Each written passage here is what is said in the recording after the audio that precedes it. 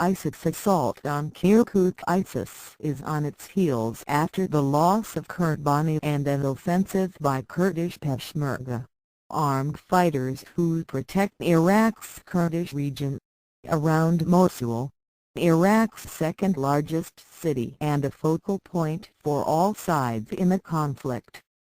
But on Friday, the Sunni extremist group launched an assault on Iraq's oil-rich city of Kirkuk in what may be an attempt to divert Kurdish troops from Mosul. The report by Rudal, a private website dedicated to presenting news from a Kurdish perspective, said at least 30 ISIS fighters were killed in the assault and 15 captured. Casualties on the other side included Brig. General Shirko Fateh, the highest-ranking operational commander of the Peshmerga brigade located in Kirkuk.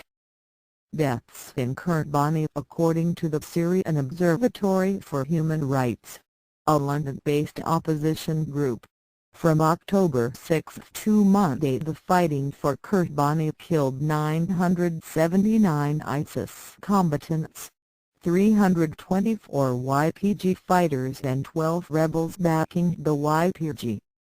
38 more ISIS militants died in attacks using booby-trapped vehicles or bomb belts, and the ISIS shelling of Kobani killed 12 civilians, SOHR said. On the other hand, hundreds of ISIS militants died during U.S. and Arab allies' airstrikes on the city and its countryside, the group said. However, the success of the coalition airstrikes in Kobani will be hard to replicate elsewhere. There are almost no civilians left in the city of Kobani, and most residents left early on when the fighting started, especially in the contested areas close to the front line.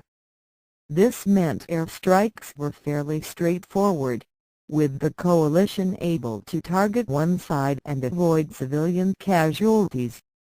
The front line was well defined, so it was clear where the ISIS and Kurdish fighters were. The more challenging situation is when airstrikes seek to target ISIS inside populated areas like Mosul in Iraq, Kirkuk in Syria and other cities under ISIS control.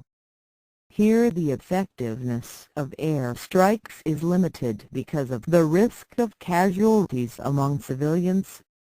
When coalition airstrikes hit cities in Aleppo, in northern Syria, civilian deaths were reported last year.